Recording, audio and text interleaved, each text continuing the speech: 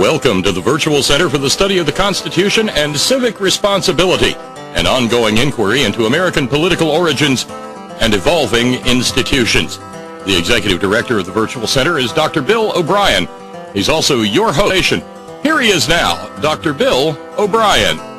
Thank you, Bob Kincaid, and welcome to the Virtual Center for the Study of the U.S. Constitution and Civic Responsibility. This is Bill O'Brien. Excuse me, I've got one of those frogs. I'm getting one of those colds that causes me to cough periodically. So let me begin by apologizing for the fact that I'll try to use the off and on button here as deftly as I can, so that I won't be too irritating. But I don't cough, excuse me, for an hour. But I found that when I do talk, I tend to get a little bit animated. When I get a little bit animated, I end up coughing. So I guess, to be honest with you, I much prefer the coughing than to working toward not being animated. Because if I'm not being animated, I snore. And anyway, it is a pleasure to be with you today. And let me begin with a couple of announcements. The first in the East at 3 p.m. and we'll run 3 to 5. Part of the reason is I have a previous engagement tomorrow evening here at 6, and I hadn't really thought at all about doing a special program on Thursday. But we were unable to do a program yesterday, and I'm working on the issue of the Supreme Court and the Supreme Court decision reached last week, the McCutcheon decision, on striking down some of the limitations on individual expenses, in political campaigns to candidates and parties. And we had begun orders of this in Citizens United. And of course, one of the things you realize is that Citizens United in turn draws you back into some previous precedents for it. And suddenly you begin to realize that this is a significant issue. But let me suggest to you that it is so significant that since today is our first program this week, I really don't want the week to end without the opportunity to at least being able to devote 2 full programs to this issue of Citizens United and the role of the Supreme Court and the influence of money in our political system and all the other things that make for the light of day that has been focused on this issue for the last week to 10 days. I will say right up front that I'm probably more convinced than a lot of people as to just how serious and how imposing this is for our political system. And so what I had thought today is, since we missed a few programs on this, that what I would try to do is go back and pick it up from the very beginning and try to encapsulate this into 2 two-hour programs today and tomorrow. So I asked Bob if it would be possible to do a special program tomorrow from 3 to 5, and he thought it would really be good to do that. So we will be on tomorrow, 3 to 5, and it will be a continuation of this particular issue on the whole idea of First Amendment rights, free speech, and the whole idea of political contributions to political campaigns. In fact, one of the things I really thought about, given the fact that I'm really focusing a lot of attention on this because I think it is so pertinent to the entire mission, the entire reason we are here at the Virtual Center. I believe that this issue is so incredible. In fact, we received an email several days ago from one of our listeners who made a comment which I thought was pretty potent, and it in part explains the approach that I want to take today. But the comment was that we really need to take a little bit more, focus a little bit more attention on the Constitution itself. And what that said to me was, first of all, that there may be some misunderstanding, and if there is, it's my fault, as to how this issue does indeed relate to the Constitution. I guess maybe I was making some assumptions, namely that since it is a First Amendment and a 14th Amendment issue, that therefore that obviously takes it into the realm of the Constitution's business. And therefore, I would kind of conclude or assume from that people would see the connection and see the relevance. But I thought what I would do is take a few moments at the beginning of today's program in order to make that connection a little bit more clearly and I think a little bit tighter, a little bit more solid. Because I think it is a very, very important comment. It really does. The one thing I do not want to see happen is for us to wander off into issues that are only tangentially connected to the issue of the constitutional system itself. I am looking at this from what I think is a fairly broad, flexible perspective. I see healthcare and education and the strength and or weakness of our political system. I see all of them as tied in. Some of them a little bit more directly than others, but all of them tied in and falling under the umbrella of the mission of the virtual center. But I don't want to just take that take that on faith. I don't want you to take that on faith. I want to make sure that it's very clear how this pertains, how each of these issues pertains to the subject at hand, which is the founding of the framing of the constitutional system as our framers put it together, as our founders intended it and conceived it, and how that system has remained relevant through all of the intervening years between the 1770s and the year 2014. So I really do want to make sure that these connections are clear. The first thing that I wanted to do, of course, is share with you my email address and my phone number, as we always do, because I really do want to hear from you. This whole subject is on the issue of free speech and freedom of expression and the ability to be heard and be taken seriously, and the whole idea of the value that the court is placing upon the marketplace of free ideas, and the competitive nature of that marketplace, and the extent to which our entire republic revolves around access to that forum. Our system is democratic or not democratic to a large degree based on the degree to which access to it is either encouraged and promoted or discouraged and made more difficult. So I think it is a really significant issue. The phone number is area code 304-658-3333. That's 304-658-3333. My email address, waobrien906@gmail.com. Again, that's waobrien906@gmail.com. What I thought I would do, as I mentioned, is begin with a little bit of attention to the relevance of this particular issue, to the significance of. Let me share with you a couple of ideas. Comments to coverage over the last several days of the McCutcheon decision and the whole effort of the courts to restructure and recreate the whole nature of the issue of the First and 14th Amendment in terms of speech, what speech, what freedom of speech means, and et cetera, et cetera, et cetera, and what the significance of these court decisions might be.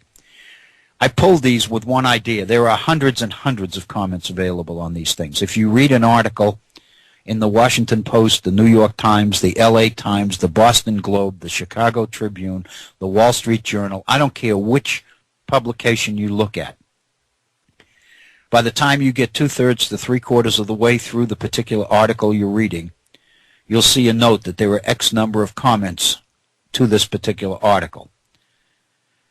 And whereas most often the comments will number in the 40s or 50s or 60s,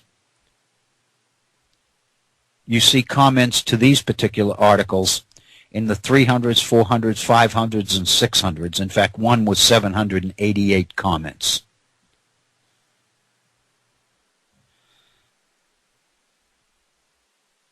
So the point is that this particular issue is getting a lot of attention. And I went at some of the comments, the ones I chose to excerpt, to select, just to share with you, in order to give a flavor as to how serious and how significant this issue is to our entire constitutional system. More importantly, to our polity, to the nature of our political existence itself as a community, as a political society. I think you can begin to get a sense by some of these comments. One comment, for example, the fact that this is first doesn't mean anything because I pulled these randomly. This particular one is sent in by an emailer who calls himself or herself Rock Climber. The comment is very simple. American Democracy, 1776 to 2014. R.I.P. Rest in peace. Here's another one. I don't even have $2,600 to give to a single candidate, much less $1 million to toss around to dozens of candidates. All I have is one measly vote, which seems to count for less and less these days. Here's one that jumped out at me. When do we take to the streets instead of the blogs? Here's another. Democracy is dead. Bow down to the almighty dollar and the politicians and justices who worship it. Shame on Roberts, Scalia, Thomas, Kennedy, and Alito. Yet another. And now, ladies and gentlemen, brought to you by the Supreme Court, the newest episode of that long-running drama, Democracy for Sale. The Roberts Court will go down in history as a travesty. We, as a people and as a nation, must now undertake the long, difficult effort to undo the damage done by this court in Citizens United and this case, among others, which is the McCutcheon case decided last week. If we fail to amend the Constitution or otherwise undo the damage done by this court, we will lose our country to the likes of Sheldon Adelson, the Koch brothers, etc. Another comment from New York. One nation under the dollar. And here's one. I was at one time prepared to give the benefit of the doubt about the conservatives on the court by saying that they were simply being naive. With the McCutcheon decision, they have stripped away any doubt as to their naked partisanship. These guys, Roberts, Alito, Thomas, and Kennedy, are as political as it's possible to be. When you step into that polling booth this November, let the composition of the Supreme Court be uppermost in your mind. Here's one. There goes the ball game. Big money has won, big time. Or this one. Step right up, ladies and gentlemen. Who will offer $500,000 for this fine specimen of a senator? Please bid by $100,000 increments. Do I hear 600,000, 700,000? There, $1 million on the right, $2 million, $3 million from the gentleman from Texas, $4 million, going once, going twice. Next, we have a governor from the great state of Kansas. I have a reserved bid for $5 million. Take your time. We have 534 more up for auction.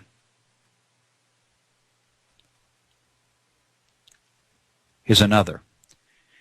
If these decisions are supposed to reflect constitutional and legal reasoning, why do they turn on 5-4 politics? Is the Supreme Court just another kind of barren political machinery and the justices simply another set of politicians?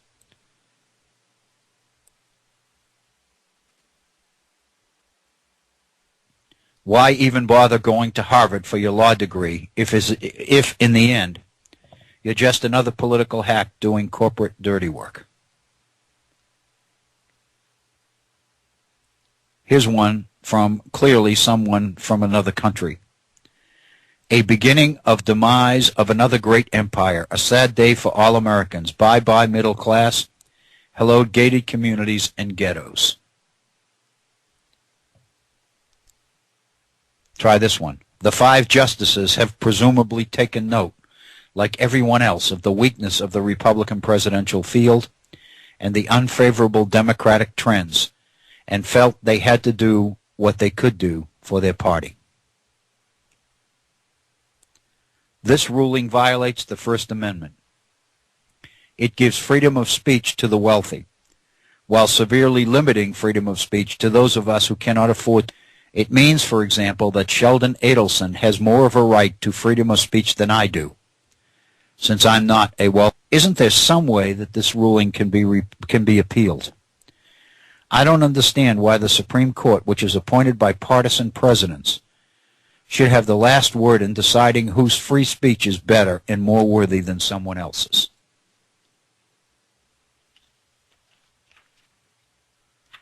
It's only a time before the haves realize it's a lot cheaper to check the voter rolls out, to the point that it really made the full thrust of what's being said clear. So let me begin again. It's only a matter of time before the haves realize that it's a lot cheaper to check the voter rolls every December and give $50 to every registered Democrat who stayed away from the polls in November. The Supreme Court will love it because there's a First Amendment right to not vote. The money won't be a bribe, but a Christmas present. The 1% would love it because any Arkansans, Kentuckians, Iowans. Just think how easy it would be to swing the Senate or the presidency. Disgusting.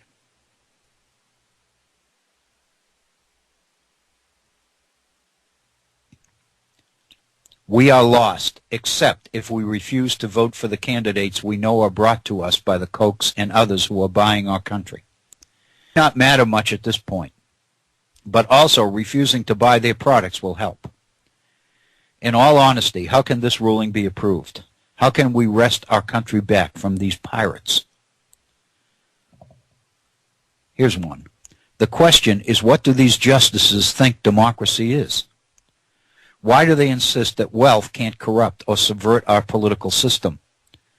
What school did they get their history education in? And 10 years later, market manipulation, 1920 style, came back and took the banking system down.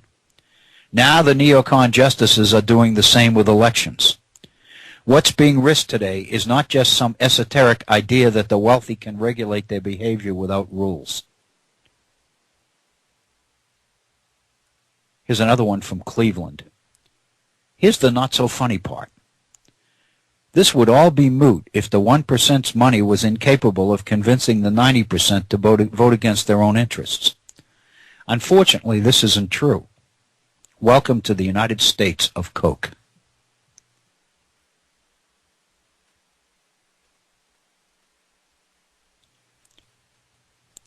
The absurdity of the court's opinion is underlined by today's news of the death of Charles Keating. This obviously was a few days ago. And the wretched details of fundraising favors from senators, just when we thought things could not get worse. The Citizens United Court, which Roberts presides over, indeed makes things unbelievably worse. I've only got a couple more. Here's one. Judging from comments here and elsewhere, Republicans view this as a boon for their side. The more likely scenario could be that they have unleashed an arms race among themselves without strengthening their philosophical unity or their ability to persuade outsiders to their causes. Pete Williams of NBC News, writing on today's Supreme Court decision in McCutcheon, said the following.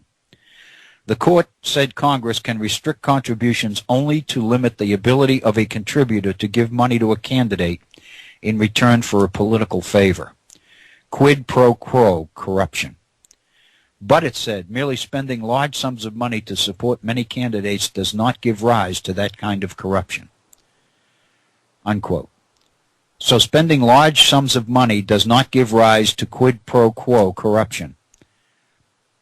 How stupid do the Supremes think we are? Apparently, pretty stupid. Let me make a comment. That's the last one that I pulled out. There were hundreds. But these are in reputable publications. I would suggest to you there are other comments which don't appear in the Washington Post and the New York Times and the LA Times.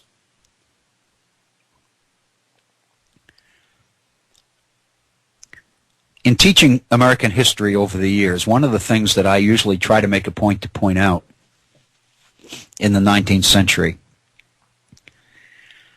is how difficult it was for the Supreme Court to recover from the negative publicity associated with its decision in 1857 in Dred Scott.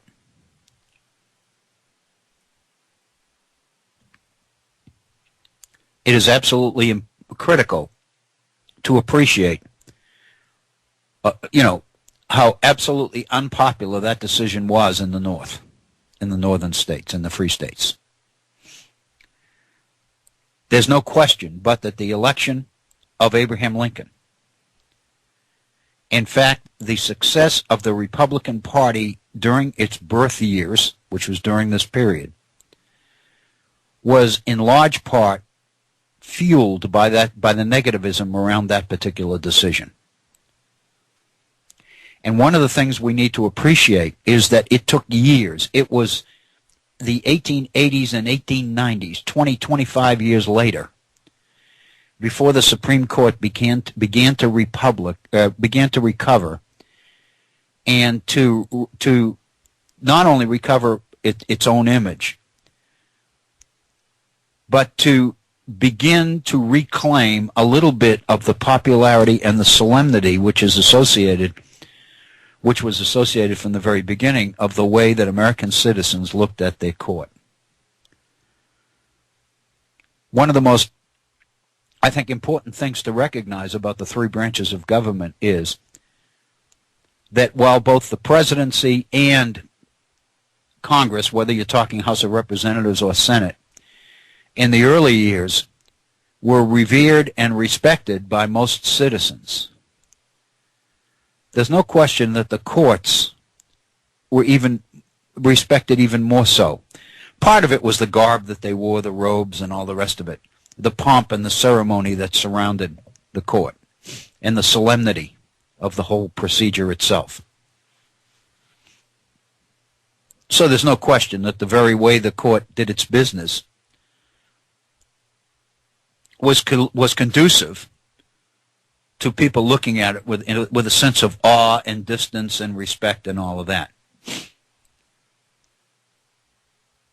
So for the court to lose all of that as a response to one decision, the Dred Scott decision in 1857, it seems to me is very significant. But the one thing that comes through in this period loud and clear is that while there was a lot of opposition and a lot of comments similar to these about what does the court think it's doing, what do they think we are, et cetera, some of the hostility and the tone that is incorporated in these comments, that's why I wanted to read them, so you would begin to get a sense of the tone and the flavor. It's not just hate, it's not just disgust, it's disappointment, there's a little bit of fear here. What's going to happen to our system now after the courts made this kind of a call? All of that, it seems to me, is part of the issue.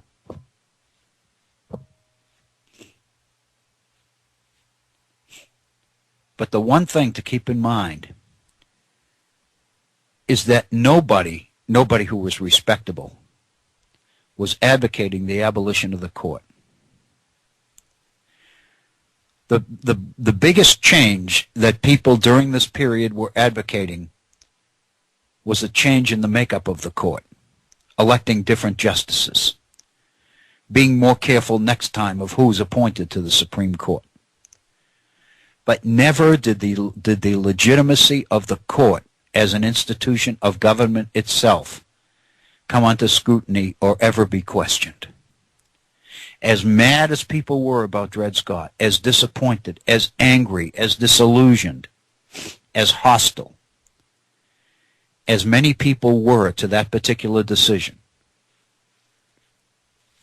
rarely, if ever,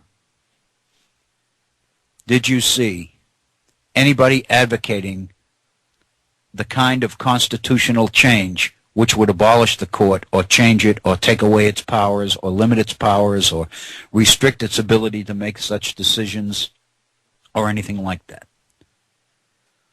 The basic assumption was that lifetime appointment is a major challenge, but on the other hand, these guys tend to get old and they tend to, some of them resign, especially in the earlier years. Most of the members of the court were not as elderly as they tend to be today. And so some people left for different careers, for a different change. But there was turnover on the court. There was change.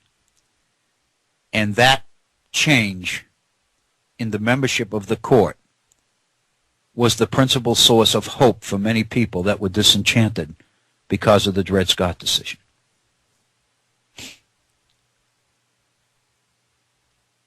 So I think as you pick up the negativism and the negative tone of these comments, it's very significant to me when somebody says, when are we going to stop taking to the blogs and go back to taking to the streets? What I'm seeing in these comments is a degree of negativism and disenchantment with what's going on that seems to reflect an element of frustration that is frightening. I've done a lot of reading in the past, in history, in America's past. Not all that often have I found the kind of negativism that I'm seeing in response to these decisions. We are talking about people who are putting into practice strategies, plans, ideas that promise significant, major change in the way this country functions, in the way our political system operates, in the values that we put a premium on as the most important values that drive our system.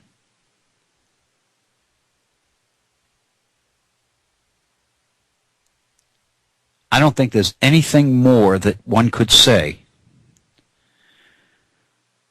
that would speak to the relevance and the significance of the decisions that have been made over the last couple of years by this Supreme Court. The very nature of American political reality is being redefined right before our eyes.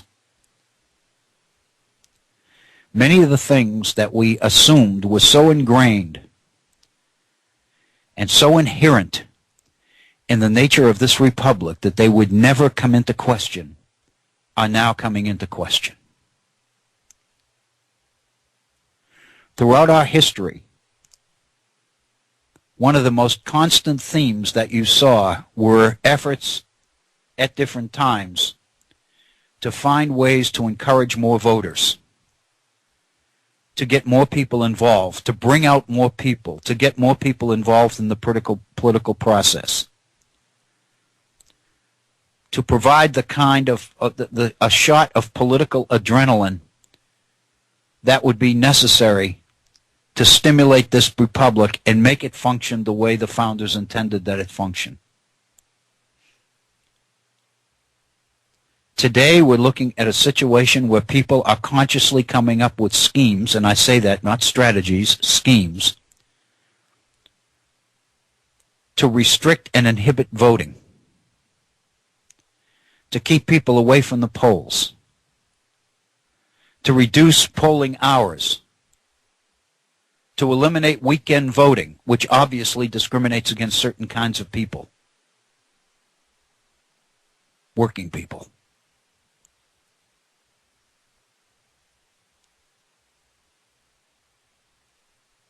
I would suggest to you that from a number of different directions, people are taking potshots at our political system, which are designed principally to derail it.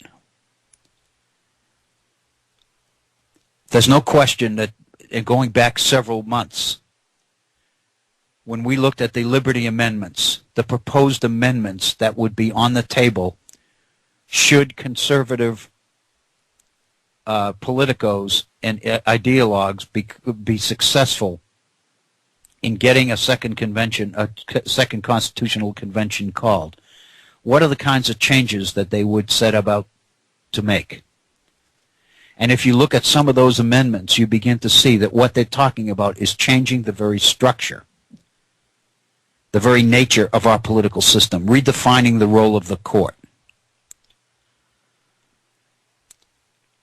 using strategies like gerrymandering in certain districts.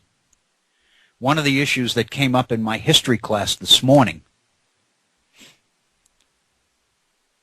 we were looking at the Universal Declaration of Rights that came out of the creation of the United Nations in 1948. We've just finished World War II. And we're looking at the structure and the priorities, the mission, if you will, of the United Nations today. And one of the issues we were looking at was the Universal Declaration of Rights. And the Universal Declaration of Rights, while it was an ideal, while it was a goal that was adopted early on in the very first year at the United Nations, the fact of the matter is the Universal Declaration of Rights was drafted by 18 different individuals representing a number of the major powers. The chair of the drafting committee was Eleanor Roosevelt. And there's no question that the Universal Declaration of Rights oozes with idealism. This is not a statement of what is. This is a statement of what man must make this world become. And there's no question that the Universal Declaration of Rights followed directly on the reports of the horrors that were coming out of World War II, most specifically the Holocaust. Most significantly concerted efforts on the part of some of the dictators who came to power in the 1930s to literally exterminate, eliminate whole groups of people. In Hitler's case, the Jews, the communists, gays. Later, this whole issue of human rights would be reinforced by the stories coming out of the Soviet Union and the gulags. Many of the stories would come back from World War II about the war in the Pacific and the treatment of prisoners of war in the Far East and the war with Japan.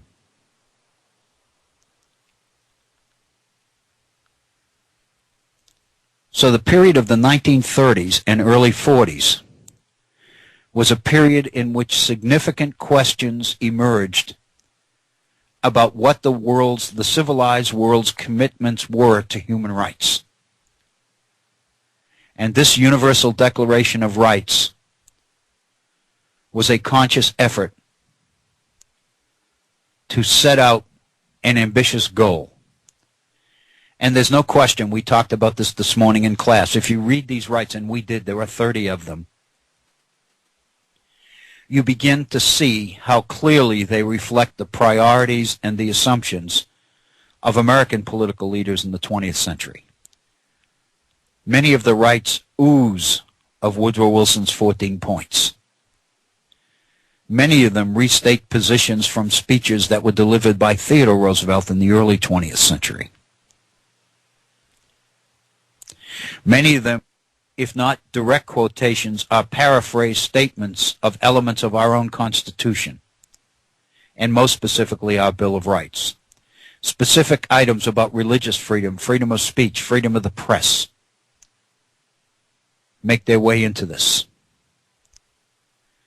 But one of the things that students focused on this morning is that one of the specific rights in the Universal Declaration of Rights is the right to health care. The right to expect. All people as human beings have a right to expect access to what exists in the field of health care. And one of the things that we were talking about for a little while was that while we've heard a lot of debates about the pros and cons of Obamacare, the Affordable Care Act, we haven't heard a whole lot about the issue of health care as a moral issue. We've heard a lot about it as an economic issue. We've heard a lot about it as a political issue. We've heard somewhat more about it as a social issue, but as a moral issue. The idea that every human being has the right to access to quality health care because that person is alive. Not because of race, color, income, nationality, language, accent, hair color, or anything else. But because that person is a breathing, living human.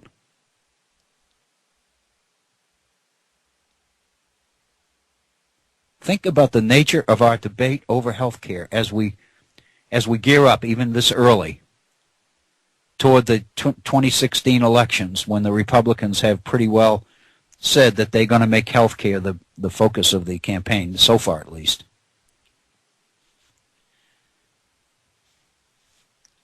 And the debate so far, and the fact that this has never been approached from supporters of health care, of the Affordable Care Act,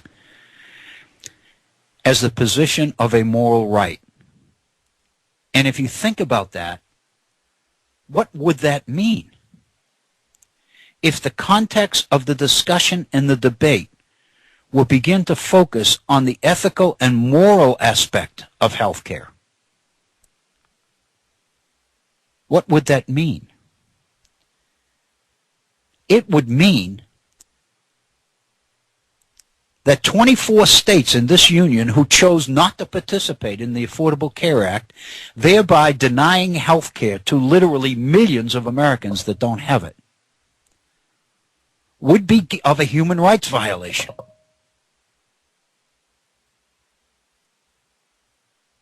And that would be the thrust of the campaign.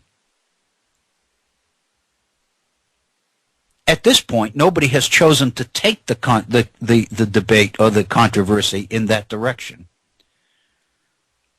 For reasons I think we can speculate on. I mean, I'm sure that the Obama administration recognizes that if you ever did this, and if you ever made this the kind of idea where we have the moral high ground and you don't, then any chance of ever working in bipartisan way with the opposition ever again would be gone.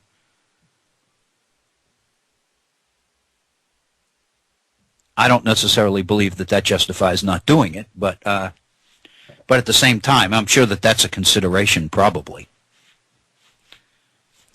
The point I'm trying to make is that there were some real issues here, and these united. The McCutcheon decision made a couple of weeks ago. And so one of the things that I wanted to do today, besides laying that background, is to share with you, and I have a copy of this piece, but I'm not going to bring it to the table here because I don't want to spend a lot of time on this particular document, except as another example of what we've been talking about. Many of you will have probably seen press coverage of this. There was an article in today's New York Times by I believe Tom Edsall about the price of free speech. And he talks about Sheldon Adelman.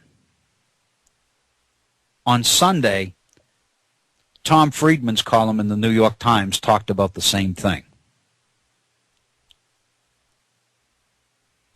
Friedman's column put it into a unique political context. Namely, Friedman was suggesting that the Ayatollah Khomeini in Iran, Sheldon Adelman, have something very unique in common. They're both pursuing strategies that will destroy Israel. The difference is, Friedman says, Iran's effort to destroy Israel is conscious and political, is a conscious effort to do so. Edelman's strategy, which will result in the death of Israel, is done out of love.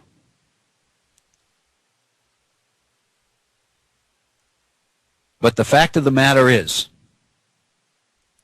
and then Friedman looked at Iran and went through the whole issue of Iran and its relations in the Middle East with Israel, and specifically the background to the Israeli-Palestinian situation in the Middle East.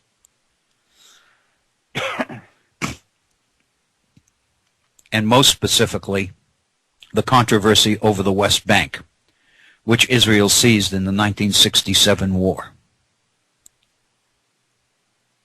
And I know that this is a very complicated issue, and I don't want to, first of all, I'm reluctant too deeply because I don't understand all of it myself. But the fact of the matter is, in the 67 war, Israel seized the West Bank.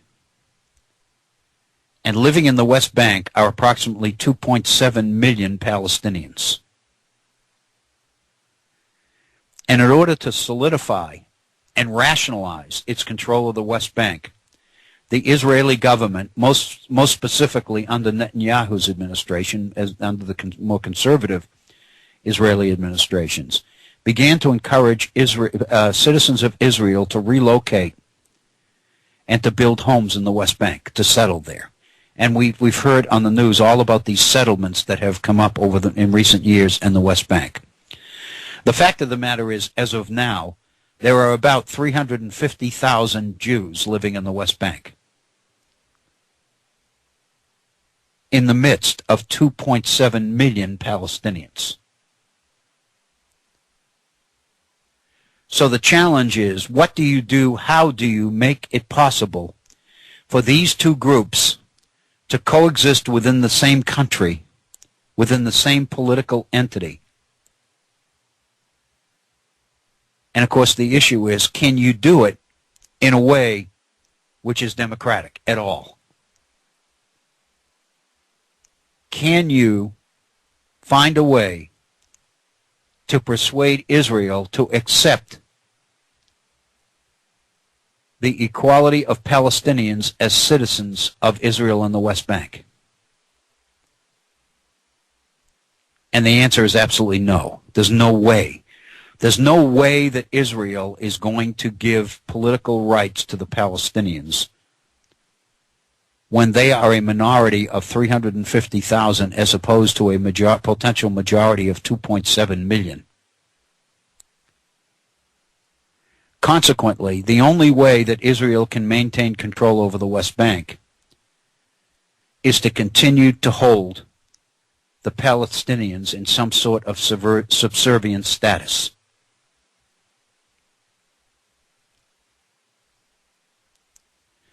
So the question is the whole issue of Israeli occupation of the West Bank. Here's the point of my story. 2 weeks ago, there was a conference of conservative Republican Jews in Las Vegas, held at the Venetian Hotel Casino, the casino that is owned and operated by Sheldon Adelson.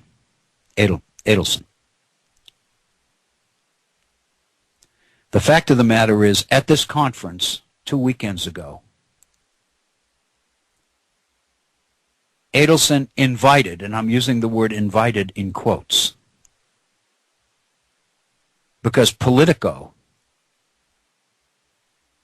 said that they were summoned by Sheldon Adelson.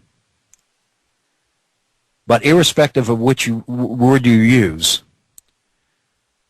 4 of the most prominent Republican governors in the nation, those that are seen to have a clear possible shot at being presidential candidates in 2016 for the Republican Party, Jeb Kyle, Scott Walker of Wisconsin, and Chris Christie of New Jersey.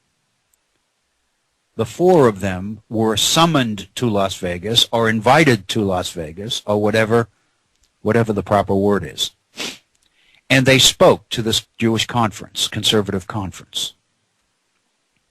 And the one thing that was kind of given here is that in the land of Adelson,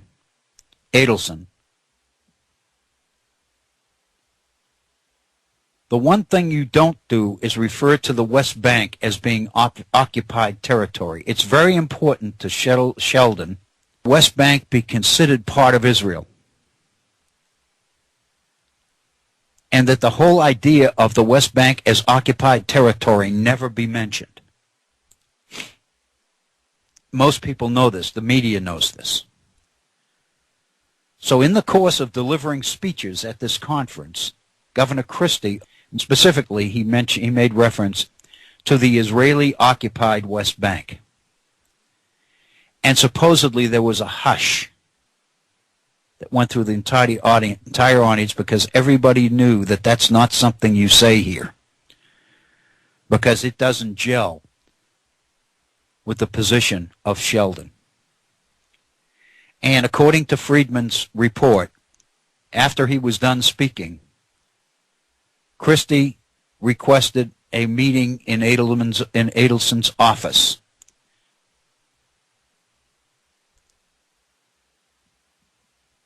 At which supposedly everything was worked out, and he basically apologized for having misspoken, etc., etc. What's the point? The point is that Sheldon, the Adelsons, donated $92.7 million to the 2012 political campaign last year. $92.7 million. There is absolutely no question that without this particular financial support, Newt Gingrich would never have stayed as long in the election as he did. If you remember, right up to the very end, Newt Gingrich was one of the participants in these debates that were going on. Given the level of support that Newt Gingrich was receiving from the Republican mainstream throughout the nation, his candidacy should have died months before it did. The only thing that kept it alive were the millions of dollars that he was receiving from Sheldon. There's no question that the reason Chris Christie and Scott Walker and John Kasich went to Las Vegas at Edelman's request was because they knew that if any political campaign they might possibly decide to run were to have any chance of success, they would need access to Adelson's money.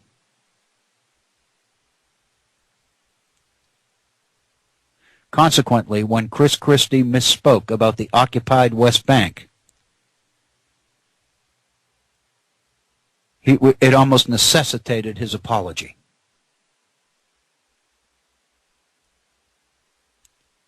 Message: whichever Republican candidate is successful in getting the nomination for president in 2016 and running against the Democrat, who most likely will be Hillary Clinton, at least that's the expectation,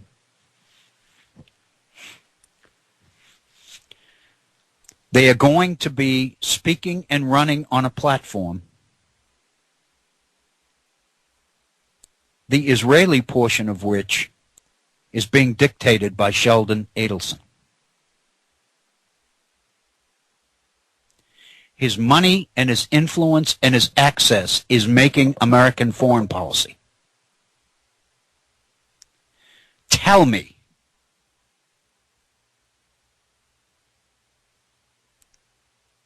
that Justice Roberts, Chief Justice Roberts, and Justice Kennedy, who wrote the Citizens United decision, and Justice Roberts, who wrote the McCutcheon decision last week, tell me that they were accurate when they said that there's not enough evidence of political corruption caused by corporate money in our political election process that justifies the infringement of First Amendment rights or 14th Amendment rights of free speech.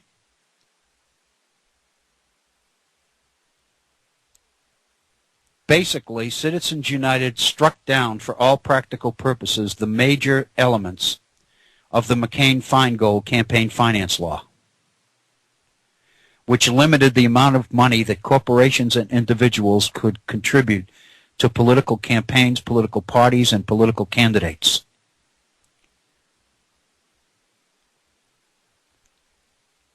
There is a massive amount of evidence about the degree to which access and big money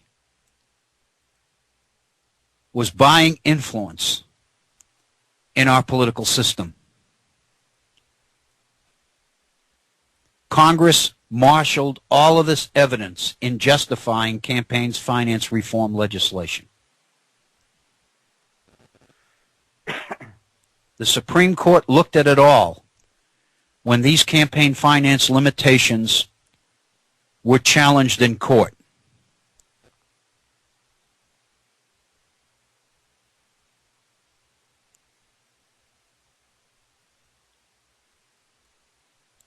Many conservatives, many political leaders challenged the legitimacy of McCain-Feingold and the legitimacy of caps on campaign finance contributions and expenditures as violations of freedom to speak. And many people could go back into the 1970s, into the very famous Bellotti case, First National Bank of Boston versus Bellotti, 1976. And also the case of Buckley versus Vallejo in 1976. Both of those cases made the point that political contributions are a form of speech. And so many of the people that were challenging McCain-Feingold and state-instituted limitations on campaign spending and finance, many people who were challenging it cited Supreme Court decisions from the 1970s to back up their case, that their speech was being violated because their rights to contribute large amounts of money were being forbidden by various aspects of campaign finance legislation. It is very interesting to note that at the time these cases came up, the Supreme Court did not strike down campaign finance reform, but rather validated it. One of the most interesting examples of that is a decision reached by the Supreme Court at the time when Justice Rehnquist was Chief Justice.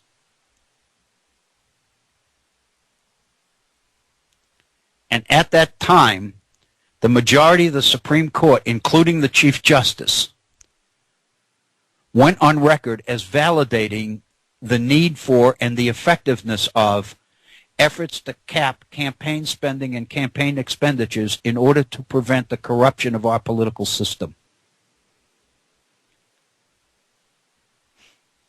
And as Justice Stevens pointed out in his dissenting opinion in Citizens United, the Roberts Court chose to ignore all of that evidence in Citizens United and to strike down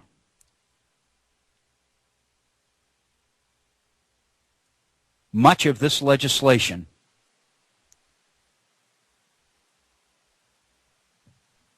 in the case of Austin versus Michigan Chamber of Commerce, 1990. In 1990, in the Austin case, Austin versus Michigan Chamber of Commerce, the Supreme Court upheld much of the campaign finance legislation, much of the research that Congress had done and that states had done in order to justify the need for such legislation in order to maintain the integrity of our political system, because there was evidence everywhere that big money created corruption, political corruption. If not in actual terms, at least the suggestion of corruption. And the point was made by the court in Austin that the very perception of political corruption by big money and corporate contributions does serious damage to our political system, because it destroys people's faith in the fairness and the objectivity of that system. It calls into question the value of the individual citizen's vote, because it makes it look less and less significant in the face of these kinds of huge political contributions. So every time that the constitutionality of campaign finance reform came up, the Supreme Court did not overturn it but validated it. And yet in 2010, in the case of Citizens United, the Roberts Court chose to ignore all of that evidence and basically to redefine the terms of the case in a way which gave it the opportunity to strike down Austin versus Michigan Chamber of Commerce because they did not like the decision. They did not go along with the decision. Consequently, no question but that the court set out in 2010 in Citizens United to strike down campaign finance reform in order to create the unlimited ability of corporations to contribute big money to our political campaigns. And in order to, they had to violate a number of judicial precedents about the way that the court traditionally works, should work, and has agreed that it will work. All of these things pointing to the fact that the Roberts Court in Citizens United made a political decision, not a legal one.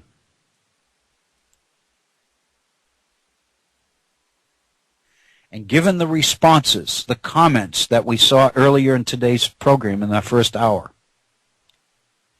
it seems to me absolutely vital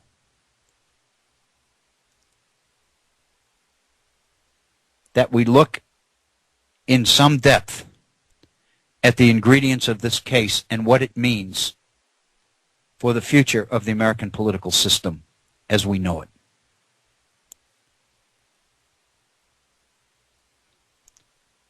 The Friedman article that I mentioned earlier in this past Sunday's paper about the Las Vegas Casino Conference of Conservative Jews at the home of Sheldon Adelson suggests that the Roberts Court clearly is wrong. There's no way that Justice Kennedy and Justice Roberts could read about the meeting in Las Vegas 10 days ago and not recognize that the assumptions and the assertions that they made in Citizens United and that Roberts made in McCutcheon last week are patently invalid. Consequently, the only conclusion that one can draw is that if the majority of the court did not misinterpret the evidence that was contrary to the decision they made, then the only other answer is they set out to discount it in order to make the decision they wanted to make.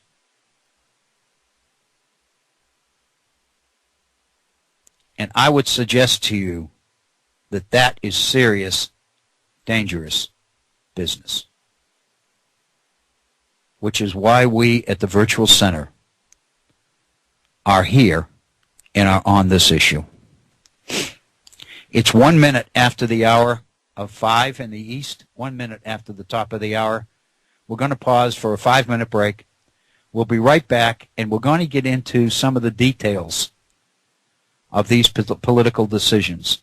I trust that in this first hour, we've kind of laid the groundwork for the significance of this particular discussion, and more specifically, that we've adequately made it clear as to how this pertains to the mission of the Virtual Center for the Study of the U.S. Constitution and civic responsibility. Part of civic responsibility is participation in the political system. We are confronting changes which make that participation appear to be less and less vital to the functioning of that system. Therefore, it's right in our wheelhouse. But first, let's pause for a 5-minute break. You're listening to the Virtual Center for the Study of the U.S. Constitution. We're going to take a brief break, and we'll be right back. Please stay with us. Thank you, Bob Kincaid, and welcome back to the Virtual Center for the Study of the U.S. Constitution and Civic Responsibility. I am Bill O'Brien, and this is a Wednesday, the 10th day of April in the year 2014. It is a pleasure to have you with us. If you have been with us through our first hour, then we definitely thank you for staying with us. If you are just joining us for this second hour, then by all means, first of all, please know that you are welcome. We would love to hear from you. We have a phone number that is dedicated specifically to making it possible for you to participate in this discussion and to offer your opinions, your suggestions, your comments on the issue at hand. The phone number is area code 304-658-3333. That's 304-658-3333. If you'd like to communicate directly with me, one-on-one in private, as it were, then by all means feel free to do that. My email address is waobrien906@gmail.com. That's waobrien906@gmail.com.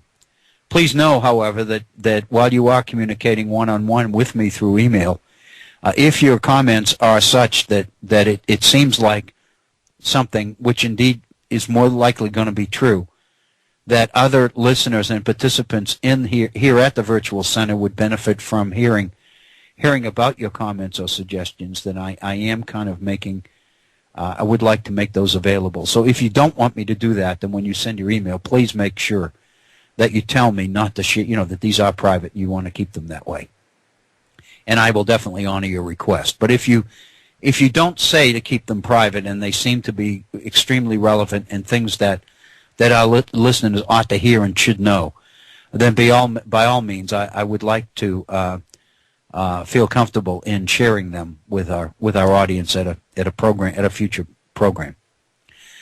We've been talking about the Supreme Court. We've been talking about the decisions recently affecting the issue of campaign finance reform, and specifically striking down campaign finance reform in the ways that it limit or sought to limit corporate contributions to political campaigns, corporate expenditures, and now with the most recent McCutcheon decision of last week, striking down also the caps on the ability of individuals to contribute to political campaigns. We covered quite a bit of background in our first hour today, and I want to get into a little bit of the specifics of the particular issue we've been talking about.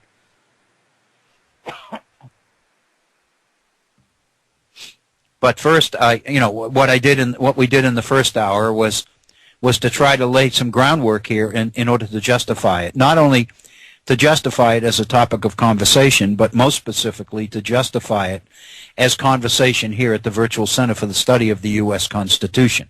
One of our listeners raised the question about, and I seem to get, maybe I'm incorrect, but I got the sense that the reason our the emailer made this point is because he didn't see the connection between the issues we were dealing with and the Constitution, which is really what the virtual center is all about. And if that's true, then it's a deficiency, a fault of mine. And so we spent a little bit of time trying to make that connection, make that point in our first hour. I shared a number of the comments to articles that I've read about the Supreme Court decisions, both in Citizens United and especially last week's decision in McCutcheon, because there's absolutely no question as to whether, however you feel about this, there's absolutely no question as to what these decisions did. They literally took the caps off and made big money even more of a factor in our political system than it had been before. And of course, the Citizens United decision was the big one. But in effect, the reason that one has to keep going back further and further in a lot of these areas is because it is for a couple of reasons. First of all, it seems to me necessary to go back to the point at which the Supreme Court, in its interpretation of the Constitution, began to look at the idea of corporations as persons, and therefore, under the 14th Amendment, entitled to the protections of the Bill of Rights. I think that's a connection that we have to pursue. We have to go back until we can build up on that and begin to see that happening. And the second issue in this case is the extent to which political campaign contributions are interpreted by the courts as a form of political speech. And that's what came out in these decisions. So consequently, in the Citizens United 10, what I think are two very significant points of that decision are, first, that corporations under the 14th Amendment are persons and therefore are entitled to the free speech protections of the First and the 14th Amendments. That's the first thing. And the second thing is that political contributions are indeed a form of political speech. And the court began to establish that in the 1970s in the decision of Buckley versus Vallejo and in the decision of First National Bank of Boston versus Bellotti, both of them in 1976. Both of them upholding campaign finance limitations, but at the same time respecting and asserting the point that whatever political contributions are allowed, or whatever the limits are, we must recognize that political contributions are indeed a form of speech, and thereby protected by the First and the 14th Amendments to the Constitution. And those cases, those decisions, became the precedents, laid the groundwork for the Citizens United decision. All that was necessary was the kind of change in the makeup of the court which made it possible for a majority rather than a minority of the justices to think this way. Have that clearly is the swing vote, because he's not the doctrinaire conservative that are the others, apparently. And I think it's very significant that in his role as Chief Justice in 2010, John Roberts assigned the writing of the majority opinion in Citizens United to Justice Kennedy. To go back into a few of the details of this particular decision, these are things that we presented before, but I think they are significant. They are minor pieces of information, but taken together, I think they assume a significance which makes them worthy of repeating. The Citizens United decision reached in June of 2010 was a 5-4 decision. Justice Kennedy voting in the majority and making the 5, and Justice Kennedy writing the majority opinion at the request, at the suggestion, at the invitation, if you will, of Chief Justice John Roberts. Justice Kennedy's majority opinion is 53 pages long. The minority opinion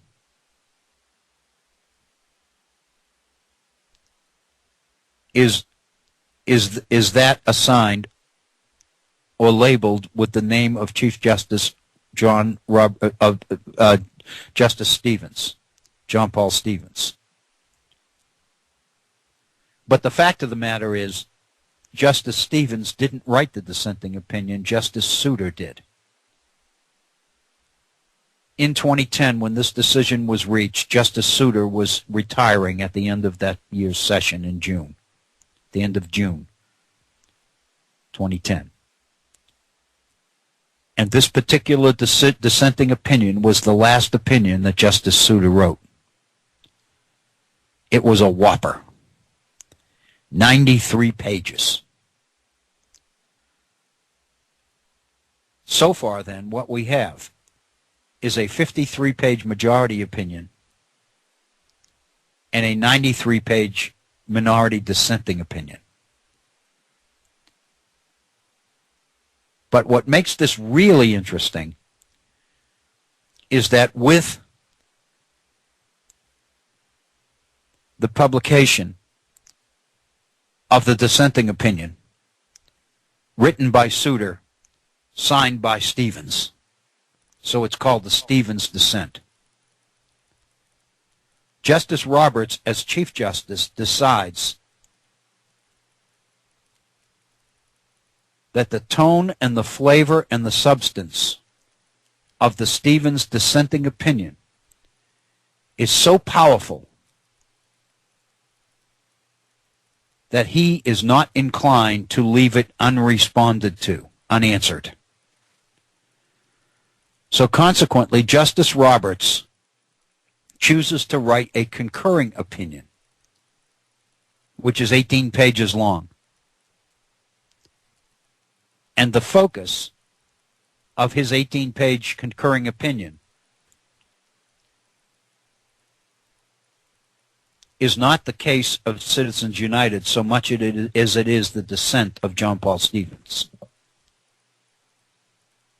In other words, Justice Roberts takes up pen and sets out to refute the very foundation of the dissenting opinion, because the dissenting opinion, unanswered, would assume a level of credibility in the eyes of the American people that Roberts could not take a chance on.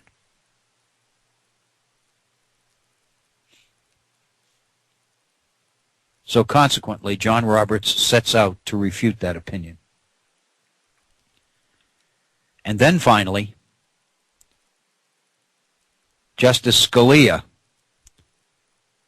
chooses to write a concurring opinion as well, based principally on Stevens' dissenting opinion. So what we have here are a series of opinions in the Citizens United case, which in toto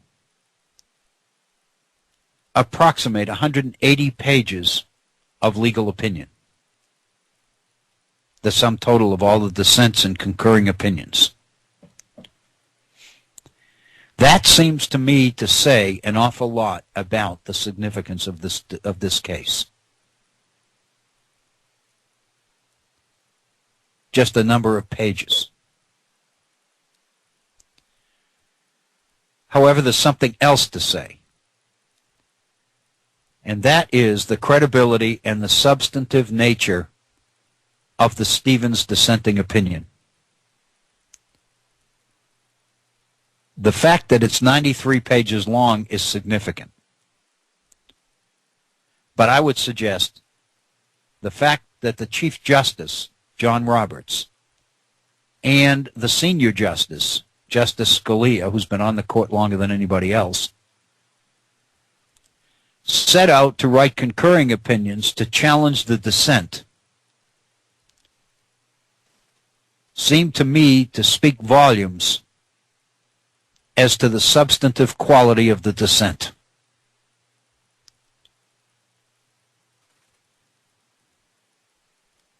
Shakespeare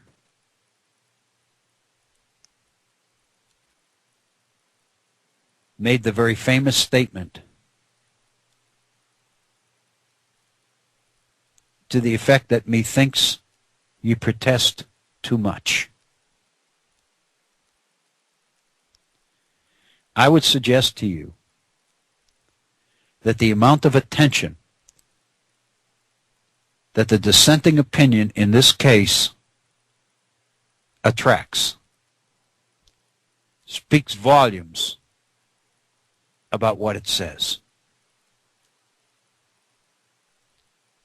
And so what I would like to do today and tomorrow, and this is a point that I made the first hour that I wanted to reiterate, we will have a session, a 2-hour session tomorrow, Thursday, of the Virtual Center.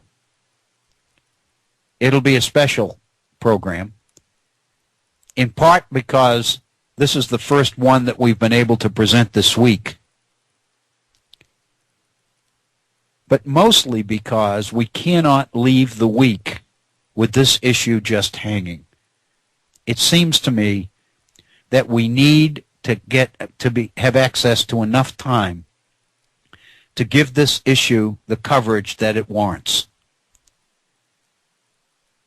And so I suggested, and Bob Kincaid agreed, that we ought to do a special 2-hour program tomorrow so that we can tie this up before we leave for a long weekend. So we will have a program tomorrow from the Virtual Center. Let me remind you, however, that it will be 1 hour earlier than our regular time. In the East, rather than 4 to 6 p.m., our program tomorrow will be from 3 to 5. It's primarily because of a previous engagement that I had. I didn't anticipate doing a Thursday program, but the way things have fallen into place, it almost seems to be incumbent upon us to do that. I mentioned in our first hour that there's an article in today's New York Times written by Tom Edelman, written by Tom Edsel. I've got Adelson on my mind. The title of which, the piece in today's New York Times, is The Cost of Free Speech. And first of all, I recommend this piece. It's pretty powerful. But one of the ironies of this, and I guess you'll just have to take my word for this, is that I read this and I thought I could have written this. Because this was the program that I was planning to do here at the Virtual Center yesterday. And here it appears in this morning's New York Times under Tom Edsel's name. Because one of the things that occurred to me was that very few, if anybody, were connecting the issues, what's going on in the Supreme Court, with what's going on in American politics today. The fact that the Supreme Court had gone out of its way to deny or to reduce the significance of political corruption caused by big money seemed to fly in the face of everything that was happening in our political system, especially today. Especially the meeting last weekend in Las Vegas of this conservative Jewish lobby. And the summoning, and I use that in quotes, it's not my word, it's Politico's word. The summoning of Chris Christie, John Kasich, Scott Walker, and Jeb Bush to Las Vegas by Sheldon Adelson, and it is Adelson, I checked during our break. And his basically giving marching orders as to what these candidates' position is to be on the Israeli-Palestinian situation in the Middle East, more specifically on the West Bank. I think is a clear example of the degree to which political candidates in today's political world are required to bow down and to kowtow to those that are making substantial contributions to their political campaign. You can't win without it. It costs a lot of money to run today. Well, Adelson is one of those people that has the money, but he's obviously assuming that that money should buy influence. And he's making it very clear what he wants that influence to be about. In effect, he is writing foreign policy for prospective Republican candidates as the presidential election of 2016 comes over the horizon and begins to draw some attention. And the fact that that's happening flies in the face of the court majority's decision last week in the McCutcheon case. It seems to me to refute what Justice Kennedy said in his majority opinion. So, in a sense, all of this seems to me to speak volumes about the significance and the relevance of the Stevens dissenting opinion, as well as the concurring opinions written by Chief Justice Roberts and, of course, by Justice Antonin Scalia. If you look at the dissenting opinion, the so-called Stevens dissent, which is agreed to by the minority of Justice Stevens, Justice Goldberg, Justice Breyer, and Justice Sotomayor. Notice Justice Souter is not there even though he wrote it, because he has retired. The Citizens United case was based, the history of it was that Citizens United is a political interest group whose existence is driven by the desire to channel campaign money to candidates that it considers appropriate. And specifically, one of the things that they wanted to do was to make a movie, a documentary that they had produced, that Citizens United had produced, available on pay-per-view. The title of the movie was a very critical movie of Hillary Clinton. The title of the movie, Hillary the Movie. They wanted to make it available on pay-per-view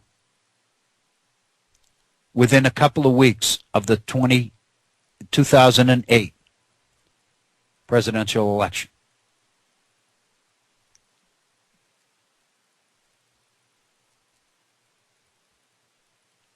That violated the law, which was the Bipartisan Campaign Reform Act of 2002, popularly known as McCain-Feingold. And one of the things that McCain-Feingold did was limit corporate speech and corporate contributions, not only by amount, but also in terms of when this money could access the political system.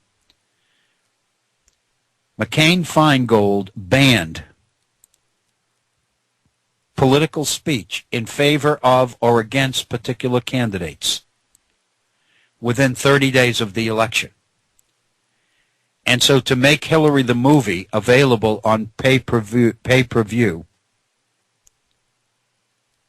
within 30 days of the election of 2008 would be a violation of the law. Citizens United, which was an organization created and funded in part by the Koch brothers, chose to take the case to court, to the Supreme Court, and it becomes the Citizens United case.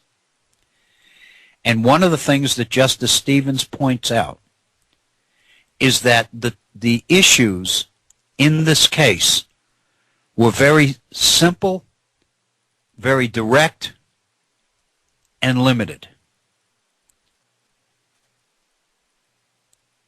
The case did not come around anybody's speech being violated or anybody's First Amendment rights being violated. That had nothing to do with the case as filed by Citizens United. And here I'm quoting from the dissenting opinion of Justice Stevens.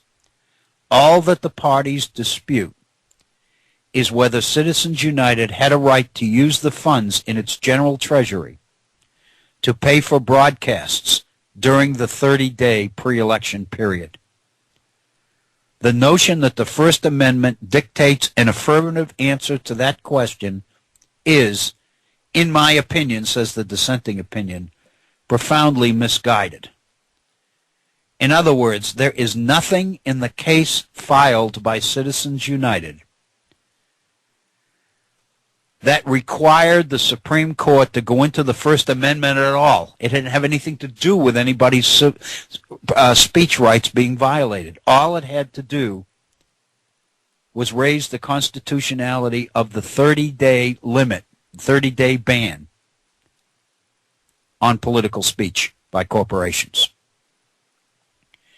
Even more misguided, says the dissent, is the notion that the court must rewrite the law relating to campaign expenditures by for-profit corporations and unions to decide this case. In other words, what the dissenting opinion is saying in the very first paragraph is that the court has gone outside the parameters of what the litigants themselves asked for in order to decide this case. And the fact that the court's decision involved its rewriting campaign expenditure laws for for-profit corporations and unions was not even on the table. Therefore, what's implied here is that since the court chose to do this, the only way to explain it is that it has gone here in this direction because the majority wanted to take the court here. The court wanted to make a decision that said more than the litigants in the case brought before it even wanted to say. Consequently, one must conclude that Citizens United is first and foremost a political more than it is a judicial decision. If the requirements of the case didn't require the court to go there, then one is left to draw the conclusion that the court must have wanted to go there. And then the dissenting opinion lays out some of the specifics of what this decision, the Citizens United decision, is really about and why it's significant. The majority's approach to corporate electioneering marks a dramatic break from the court's past, says the dissenting opinion. Congress has placed special limitations on campaign spending by corporations ever since the passage of the Tillman Act in 1907. We have, says the decision, in other words, this court has accepted the legislative judgment, this is a quote, that the special characteristics of the corporate structure require particularly careful regulation, unquote. This is a quotation from a decision by the Supreme Court in 1982, Federal Election Commission versus the National Right to Life, Right to Work Commission.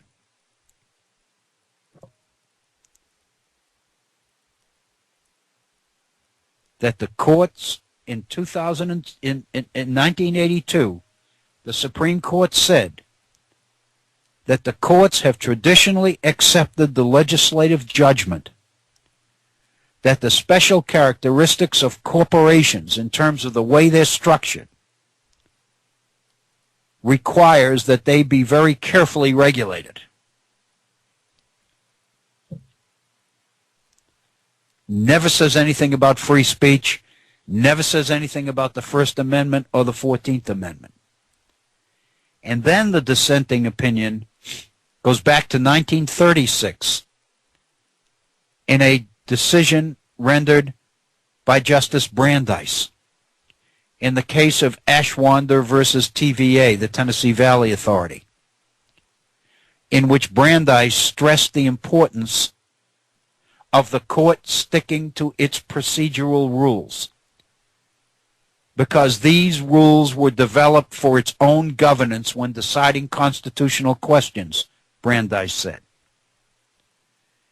In other words, Brandeis is saying in 1936 that the legitimacy of the court and the willingness of the general population to accept the renderings of the court is based principally on the fact that the court is adamant in following its own procedures, so that people are very comfortable not only with its decisions, but with the procedures used to reach those decisions. The implication is when the court chooses to go outside the parameters of its own normal behavior, when it chooses to do things differently than it ever did before, it raises flags. And those flags are based on the idea that the court is moving from a position or a commitment of judicial restraint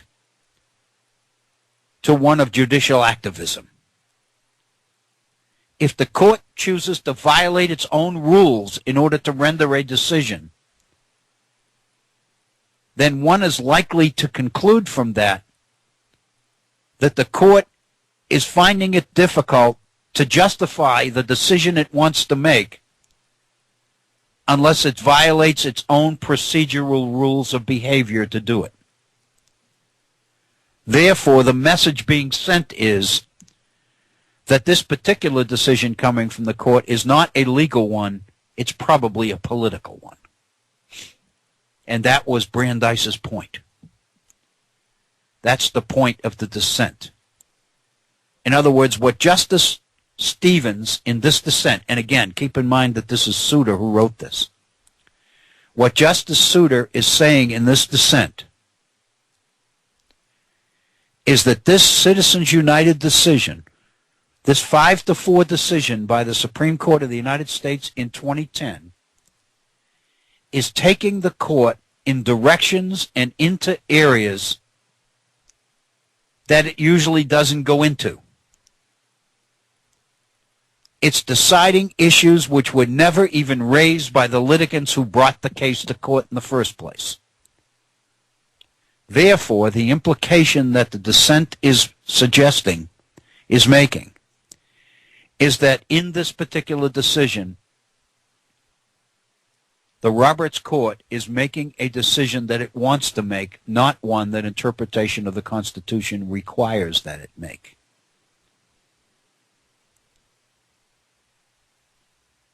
And then the dissenting opinion goes into the questions of previous court decisions, specifically the case of Austin versus Michigan Chamber of Commerce and McConnell versus the Federal Election Commission. Both of these decisions by the Supreme Court on campaign finance reform. Both of them which tended to reinforce the legislative practice of limiting and restricting corporate contributions to political campaigns, based on the reality, on the assumption that corporations were unique entities.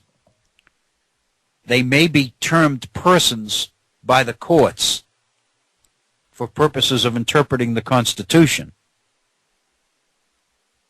but the fact of the matter is they're unlike persons in a lot of other ways. They are artificial creations of man. They are economic and political creations. And the assumption is you can call them persons all that you want, but the fact of the matter is they are different than people, and they need to be treated differently than people. The reason that this is important is because what the dissent is pointing out here is that traditionally the courts have been comfortable distinguishing between corporate speech and individual human being speech. Traditionally, the law and the interpretation of the law, Congress and the courts, both, have traditionally distinguished between corporate speech and person speech. The fact that the Roberts Court in Citizens United is going to challenge that and is going to argue that it is wrong for both Austin and McConnell to make no distinction between a corporation's speech and a human being's speech is wrong. And that, in effect, this violates the First and the 14th Amendment. The court is going in a direction that it needn't go. And then the dissenting opinion talks about the scope of this case and the fact that the case is being decided outside the parameters of where the case came in. In other words, the case came in asking the court to do one thing, and the majority of the court, 5-4, has chosen to take it in a different direction and to expand the realm of its decision way beyond the limitations of the court. And as the dissenting opinion says, this very fact violates procedure, court procedure. It violates long, well-established principles that the courts have followed for years and years and years. Namely, that the court needs to be governed by its past, by its traditions, by its precedents. A cardinal principle of in the history of the Supreme Court of the United States, as rendered in a 2004 decision, reinforced in a 2004 decision, says, quote, "If it is not necessary to decide more, it is necessary not to decide more," unquote. Reflect upon that a moment.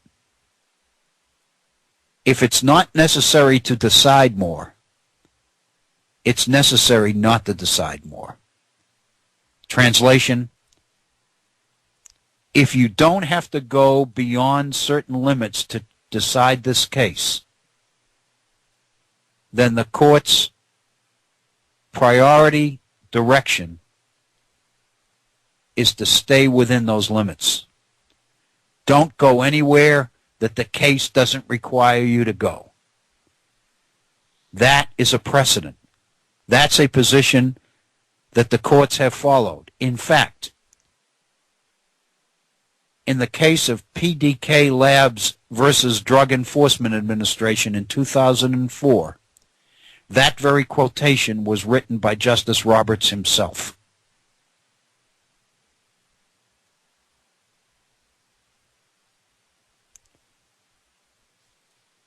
Consequently, this is a quote from the Stevens dissent. Essentially, then, 5 justices were unhappy with the limited nature of the case before us, so they changed the case to give themselves an opportunity to change the law. Unquote. Let me read that sentence again. Essentially, then, 5 justices were unhappy with the limited nature of the case before us, so they changed the case to give themselves an opportunity to change the law. If the court did that, and of course this dissenting opinion is charging just that, then the court has stepped outside its own operating procedure, it's violated its own rules, it's violated its own principles, it's gone against long-established principles that go back a century. Basically, it speaks to a decision that is more political than it is judicial.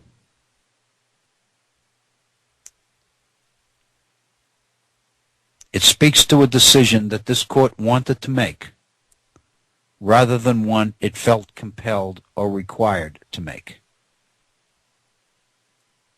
In a sense, it is a classic example, a blatant example of judicial activism.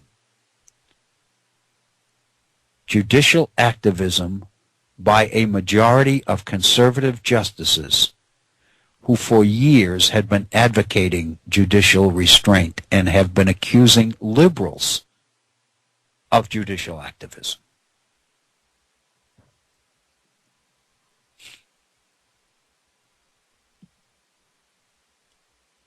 And then Justice Stevens, in this minority dissent, goes into the strategies employed by the majority in order to accomplish the political objectives that clearly explain and rationalize its decision, the majority's decision in Citizens United.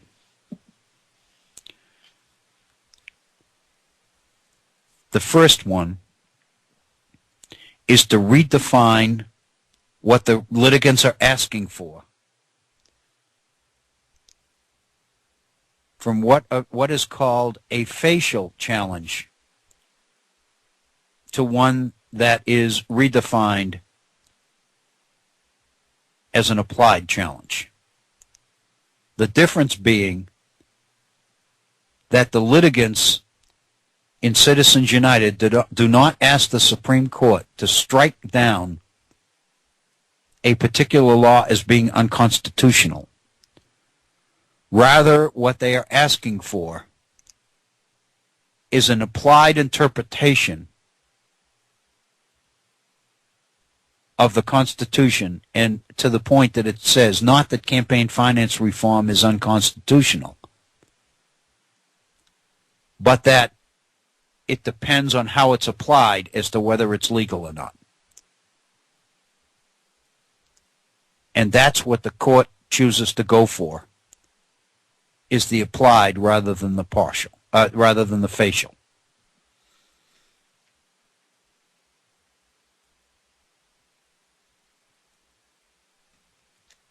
Specifically, what the dissenting opinion says, what Stevens says, is that this is not merely a technical defect in the court's decision. This is not a minor point.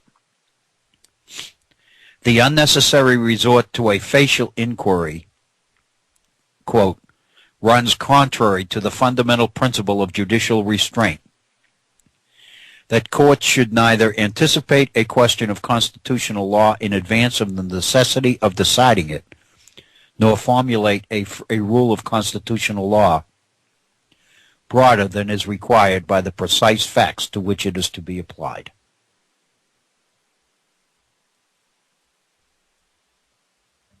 Translation. The translation is that the court chose to change the parameters of the litigant's request in order to put into its own hands that they could apply or not apply in the future as they chose to use it.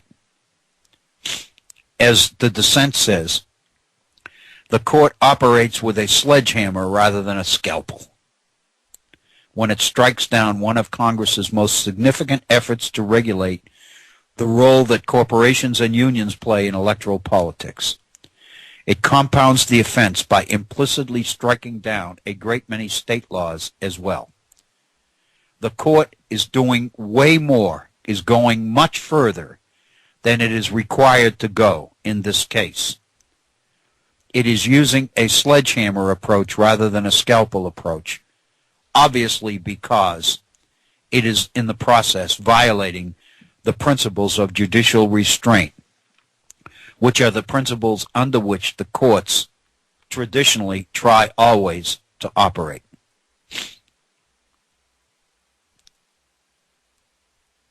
The dissent points out that Congress crafted campaign finance reform. Specifically, they call it BCRA, the acronym BCRA, which is Bipartisan Campaign Reform, Administration, or whatever the last word is. Congress crafted this legislation in response to a virtual mountain of research on the corruption that previous legislation had failed to avert. The court in this case is negating Congress's efforts without a shred of evidence on how this law or any of its state law counterparts have been affecting any entity other than Citizens United itself. In order to do what the Roberts Court is setting out to do in this case of Citizens United, it must ignore, it must evade a mountain of research that Congress did to justify the drafting of campaign finance reform legislation in the first place. The only way that the courts can get around it is to pretend that that evidence is not there, which again suggests a political decision rather than a legal one. And finally, in defense of the dissent's argument that this is principally an example of political activism, judicial activism, rather than judicial restraint, the dissent says the following: the majority, in its opinion, suggests, even though it expressly dismissed its facial challenge, Citizens United nevertheless preserved it, not as a freestanding claim, but as a potential argument in support of a claim that the Federal Election Commission has violated its First Amendment right to free speech. Let me read that again. The majority suggests, even though it expressly dismissed its facial challenge, Citizens United nevertheless preserved it, even though the litigant dismisses the question of constitutionality or unconstitutionality of campaign finance reform. Citizens United chooses to preserve it even though the litigants chose to dismiss it. But they do it not as a freestanding claim, not to say that it's constitutional or not constitutional on its face, but rather as a potential argument in support of a claim that they can use or not use in the future. Specifically, The dissent says this: by this novel logic, virtually any submission could be reconceptualized as a claim that the government has violated my rights, unquote, and it would then be available to the court to entertain any conceivable issue that might be relevant to that claim's disposition. In other words, what they did is redefine this issue against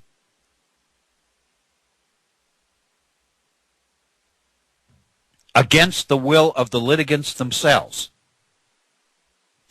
in order to give themselves a tool that they could use in the future as they needed it.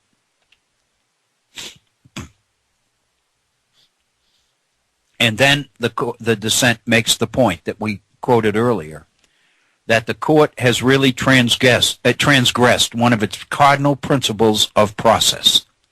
Namely, if it's not necessary to decide more, it's necessary not to decide more. As the appellant's own arguments show, the court could have easily limited the breadth of its constitutional holding had it declined to adopt the novel notion that speakers and speech acts must always be treated identically and always spared expenditures restrictions in the political realm. Yet the court nonetheless turns its back on the as-applied that has been a staple of campaign finance litigation since Buckley versus Vallejo in 1976. The court has violated its own procedure in order to make a decision that it chooses to make rather than a decision that the facts in the case require it to make. This is an example of judicial activism. It is a political decision, not a legal one. And it seems to me it raises serious questions about the legitimacy of this decision.